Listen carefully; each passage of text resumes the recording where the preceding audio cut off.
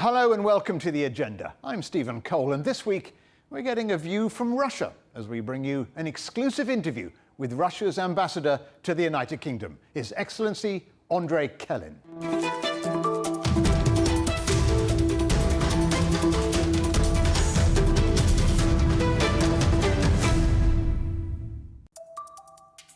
Andrei Kelin became the Russian ambassador to the United Kingdom in November 2019, and in that relatively short time in office, he's already had to tackle accusations of Russian interference in elections and referendums, a global pandemic, and also try to avoid getting caught in the crossfire of an increasingly tense transatlantic war of words between Moscow and Washington. In an exclusive interview at his residence in West London, he spoke to me about all of that and more, from gas pipelines to his memories of the Cold War. Let's begin with the recent Parliamentary Intelligence and Security Report, which says the UK is a target for Russian disinformation. Is Russia targeting Britain? Well, my humble opinion about the whole report is very simple. It does not contain proofs of Russian interference, let it be referendum or elections or internal affairs. It means that Russia does not intervene into the affairs, although since there is no proof for that. What about targeting? Targeting is a more different things. I think it's a wrong perception. In the first place here, we defend our interests and we defend our policy. This is absolutely. NATO has taken a position as a leader of the Western world, a policy of deterrence and dialogue towards Russia. And London would like to be a leader in these efforts. There is 95% of deterrence and only 5% of dialogue. Of course, we have to do something with that. And I don't believe that the proper word here is targeting. We are just producing our own perception, our own views on the subjects. But these stories keep emerging, don't they, of Russian hackers, either political or criminal, targeting Britain's security or secrets. Is the Russian government worried about all these stories that come out? We are not worried about the content of these allegations because I haven't, as I say, I haven't seen any proof to it. But we are worried about the other things. Since in the recent days in media here in Britain, a lot of mud have been thrown to our direction. It of course, provokes little appetite in Moscow to develop dialogue. Let me sort of ask you how Moscow regards relations between the UK and Russia. I mean, there has been some mud thrown, as you said. How can you repair relations? What is the state of relations? The state of relations is difficult. Political contacts are close to be frozen. And this is very bad. I have seen some expression of intentions to review this policy, to restart a relationship in the political field, but all of this is being damped by this attack once and once again. I do not know whether it is change of policy here in London or it is just a coincidence of different subjects, Magnitsky law, then allegations about interference, then about hacking for coronavirus vaccine, which is nonsense, of course, because we have already developed that. We have developed at least 4 different coronavirus vaccines, and I hope that trials will be finished pretty soon, and pretty soon we are going to apply these vaccines on the population. Will you share the secrets of those vaccines with the West? It is not a problem at all. We are for cooperation among scientists. Your scientists in Oxford, by the way, they have very good relationship with our scientists. And before the lockdown and end of the last year, many of your scientists, heads of the universities, under the auspices of Oxford University, has made a trip to Moscow. They have sent a lot of them, and scientific action and cooperation continues, I do believe, even after the lockdown and all these crises. What do you think needs to be done at the moment to repair the damaged relations between London and Moscow? Very simple thing that the government of London should be realistic. It should understand the benefits of cooperation and working with Russia, but not against Russia. Deterrence is the policy that has been, as I said, taken up against Russia, and of course it is not a cooperation which we have all envisaged. Can I ask you now about relations, as a diplomat, you'll know, about relations between the US and Russia. What do you make of President Trump's approach to Russia? These relations are much worse between US and Russia, I will say, because the Russian factor is the main game in the pre-election campaign. It's a kind of competition between Republicans and Democrats who will make more accusations about Russia. Now we have also a Chinese factor added to that, but still accusations of Russia now is a central piece of that. And it is very bad to the diplomatic relations, it is very bad to humanitarian and all of that. But it is different from the UK situation, because in the UK there is no electoral competition for the moment. That is why I simply do not understand why UK always in the recent weeks joins these accusational statements by Washington. And who would Moscow prefer to see in the White House, President Trump or Joe Biden? Well, this is a provoking question. We will work either with anyone who is going to win the elections, and we have no interest who is going to win. I'm sure you do, but you're being very diplomatic. Believe me, it is not the case. If you will ask me whom we are going to prefer here, conservatives or laborists, it's no matter for us. But we will just have to work with this or that person for the better, not for the worse, of course. What is your take then on the decision by the US to withdraw from certain organizations, international organizations, and treaties too, including the World Health Organization and the Paris Climate Accord? These are serious organizations. This list is very long. United States has proclaimed an idea that we all should work on the rules-based order. But if you will look into this more attentively, you will see that United States is trying to ruin this rules-based order by withdrawing from World Health Organization, by Paris Climate, by and many others. For instance, nuclear deal with Iran, withdrawing from it. A double state, Palestine and Israel construction in the Middle East. They invented something different, which is big. They're withdrawing from INF Treaty. They're withdrawing from Open Skies Treaty. They are withdrawing from International Court of International Criminal Court, and from a very important organ, Geneva-based Human Rights Commission. It's a long list, and all of these things, this is a construction of international order based on on laws, on international law, which is now called, what is it, a rules-based order. In fact, this is an order which is established and ruled by the United States. So we do not understand this dualism. On the one hand, they are trying to establish a legal order. On the other hand, they are ruining it themselves. Joe Biden is a favorite now in the polls to take over in the White House. Would he reverse some of these decisions, do you think? Oh, hardly. United States is a very big ship. To reverse the course of the ship, you need an enormous effort. You need to convince the equipage, you need to convince passengers that the ship should be reversed. So it's a long run. One ship that can't be reversed is Britain leaving the European Union, Brexit. Do you think that will affect Russia's relationship with the UK, or indeed affect relationship with the EU and Europe? Not seriously.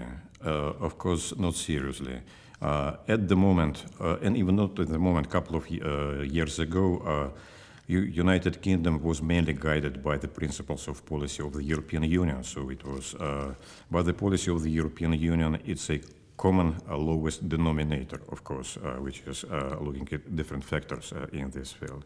At the moment, Britain will be more independent, but the tendency which we are observing for the moment that UK policy is more and more linked to the policy of the United States, and this is worrying us a bit. What, are you saying that Washington is controlling London diplomatically? I wouldn't say, I wouldn't go that much. But I also understand, see, if in the trade negotiations, Britain would like to have better positions, of course, then it has to submit certain interests to the policy which is being dictated from Washington. But the US and UK traditionally are best friends and strongest allies. Yes. And no, there is some criticism, of course, right now arised in different newspapers, but in any way, we do see a certain consolidation of English-speaking nations on a different basis, even on the basis of so-called Five Eyes intelligence union as well. No, this is another factor of development here.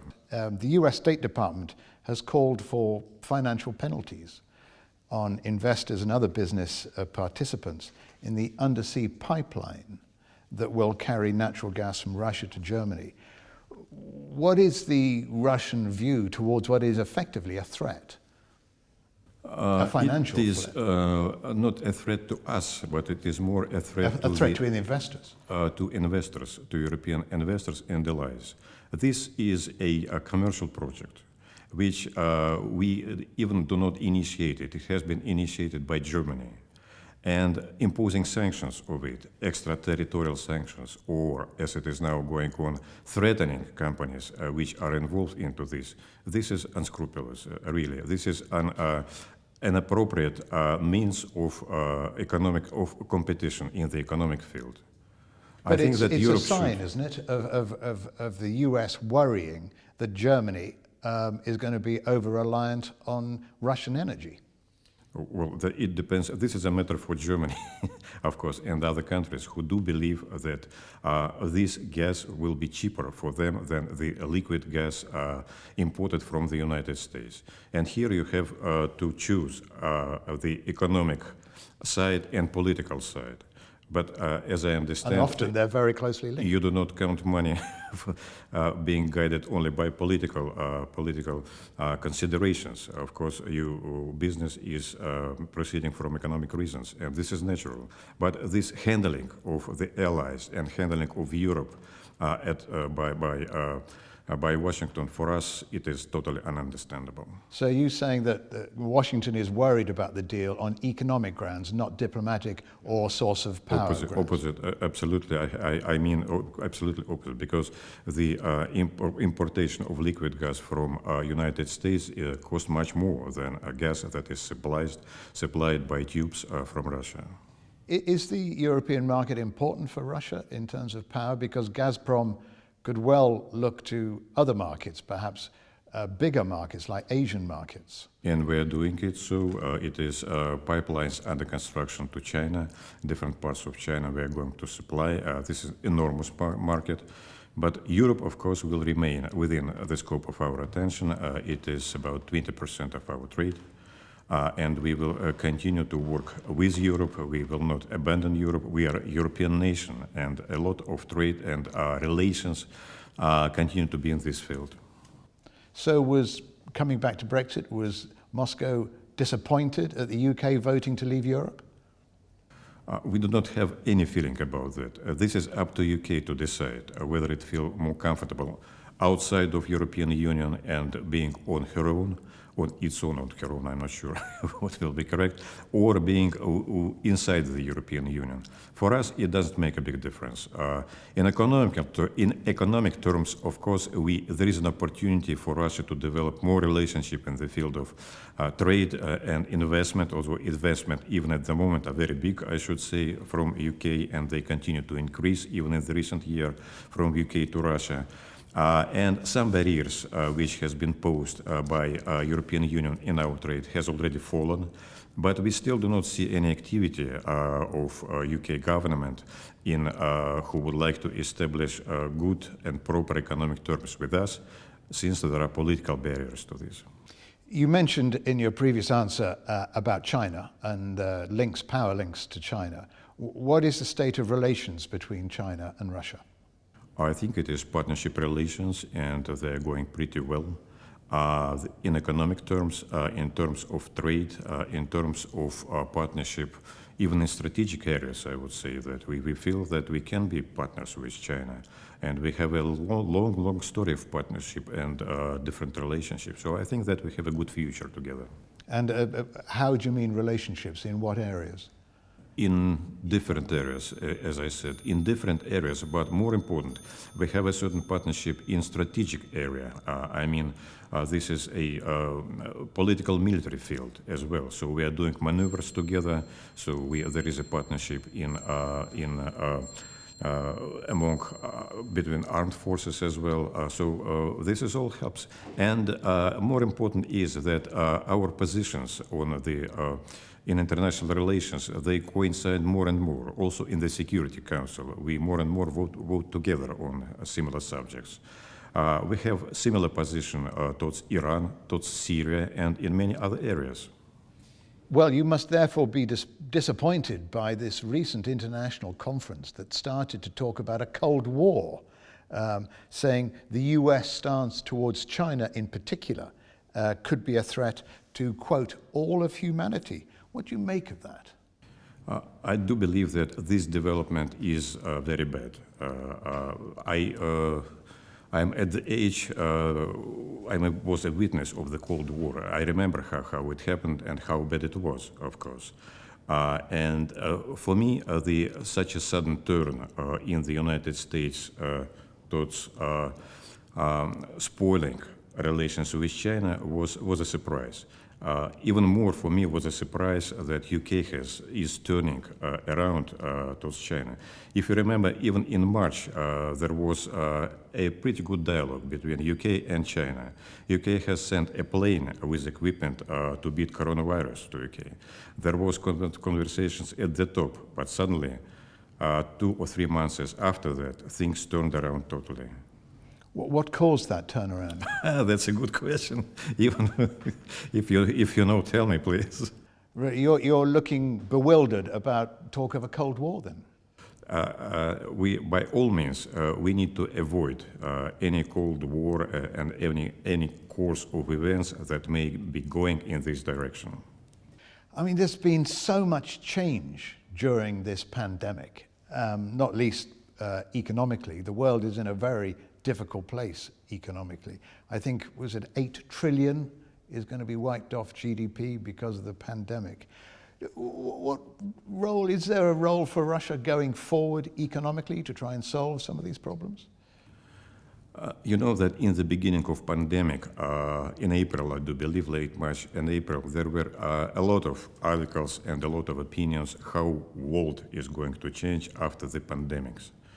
There were predictions that either it will be a new war or it will be overall brotherhood of man and end of the story, like it has been said before. But the more and more I'm becoming convinced that not much is going to change.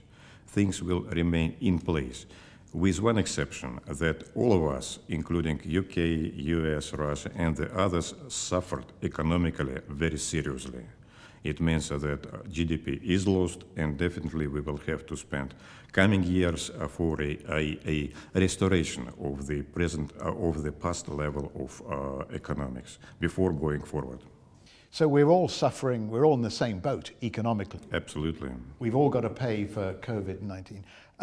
But is it damaging countries' relationships? You hinted towards this earlier in terms of how the situation suddenly has changed in the last few months. Yeah, in a way, yes, it is, because all of us would like, at least the policy of my country is cooperation with the others, cooperation in fighting coronavirus, cooperation in fighting economical disadvantages.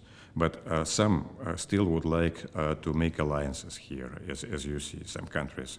They would like to be friends with some countries and to deter other countries, to divide, to make differences. So this is a detrimental policy, of course. a lot of gloom and doom after 3-4 months into the pandemic. Is there, Mr. Ambassador, any light at the end of the tunnel? What cheers you up when you're out playing tennis? What cheers me up is that the vaccine is being near to the studies on the vaccine. At least in my country, they are very close to happy end.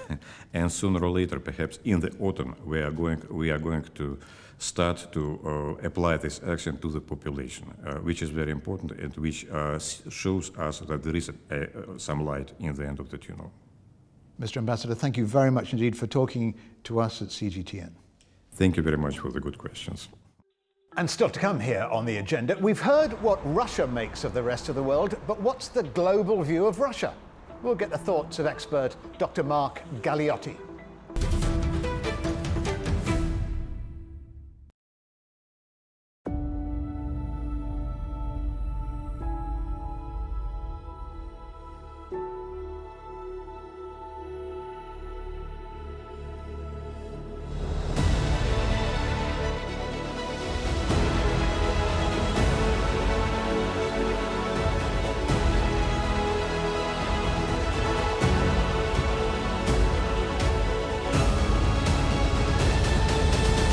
CGTN Europe. Search CGTN Europe wherever you get your podcasts to subscribe to the Agenda podcast. The Agenda with me, Stephen Cole, always gets to the heart of the story. Just subscribe today and listen now.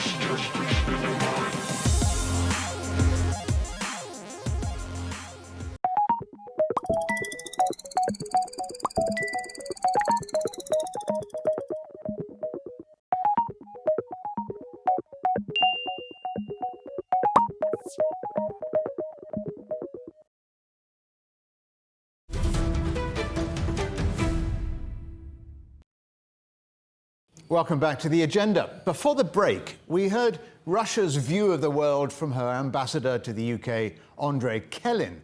But what does the rest of the world make of Russia? To consider that question, I'm joined now by Russia expert and senior research fellow at the Royal United Services Institute, Dr Mark Galeotti. What do you make of the ambassador's comments about Russia bashing, as it were, in the US, which is considered just a byproduct of a presidential campaign?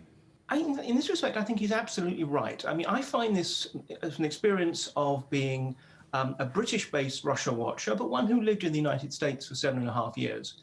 When I talk to my interlocutors in Washington these days, when they're discussing Russia, really they're talking about American politics. And everything is seen through the prism of whether or not you believe that Donald Trump is some kind of Russian agent, which there's very little evidence for. And it does provide all kinds of problems. It provides problems for the Russians because they feel that they're not being heard and seen. And it also provides problems for the Europeans because when they want to talk to America about what to do about Russia, it becomes much, much more complicated by the dominance of the domestic political issue. So at the moment, this is actually a very bad time to be trying to get anyone's attention on the real Russia in Washington, D.C. Does it really matter if the US and Russia don't get on in global terms, perhaps away from the Middle East? Well, it matters in a variety of ways. We've seen, for example, the decay of the international arms control order. We've seen all kinds of other sort of fractious areas in which it would be a lot more useful if the two countries could actually not get on. I mean, I think there's no reason for them to be friends necessarily, but nonetheless reach some kind of modus vivendi. The problem is at the moment, as I say, is that because certainly until November, America is so dominated by domestic politics, in a way, there's no way that Moscow can get any real traction there and make some kind of arrangements or deals. Okay, let's turn then to Russia-UK relations. Hacking has been the big issue recently with Russia's political or criminal hackers coming in for a great deal of criticism and accused of targeting the UK, of course. So we've heard the ambassador say he's not worried by those allegations.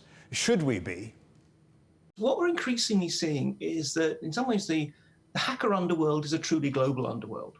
We're seeing Russian systems being hacked by foreigners as well as Russians, and Western systems likewise, and Chinese systems likewise. So long as countries are not able to reach any kind of meaningful agreement on fighting hacking, it constantly means that there are safe havens. And basically, we are all therefore going to be vulnerable to an increasing tide of hacking. So again, this is going back to your earlier question, this is one of the reasons why it actually makes sense for there to be some kind of reasonable understanding with Russia to reach common deals where areas of mutual interest apply. What about Russia-EU relations? Because there are still sanctions because of the Crimea, what happened in the Crimea, but Germany is certainly getting close to Moscow, not least with the Nord Stream pipeline and energy supplies. Well, 2 points here. I mean, firstly, on the European Union, I mean, the interesting point is, in a way, and I'm being slightly facetious here, Russia doesn't believe the European Union exists. In other words, it doesn't really think there is a central thing there. It just sees the European Union as an arena in which powerful European countries jockey for interest and dominance over others. And in this respect, obviously, they're particularly interested in Germany as now, especially as Britain leaves, clearly the most powerful nation within the EU. And in this context, I mean, the interesting thing about, for example, the Nord Stream 2 gas pipeline, which is this great area of contention, is on the one hand, it's an area which obviously will benefit Russia if it has a new gas pipeline. But also, Moscow is delighted to see the amount of tension between Washington, DC and Berlin that has been created as Germany basically tries to tell the Americans that they are not in a position to dictate policy to Europe in general and Germany in particular. So from Russia's point of view, it's very much trying to build bilateral relationships with European Union countries, particularly Germany, particularly Italy, and to an extent France as well, because that is how it sees its real chance to have influence and maybe someday in the future be able to have the sanctions regime lifted. So where is Russia going? It will very much be driven by the opportunities that the West gives Russia. That's what we've seen in recent years, and I think that's what we'll be seeing in the future. I'm not seeing there'll be any likelihood for major policy shifts in the current Kremlin. I think the current situation will really obtain so long as Putin is in power. But quite how that plays out on the ground will always be changing. Dr. Mark Galeotti, many thanks indeed for joining us.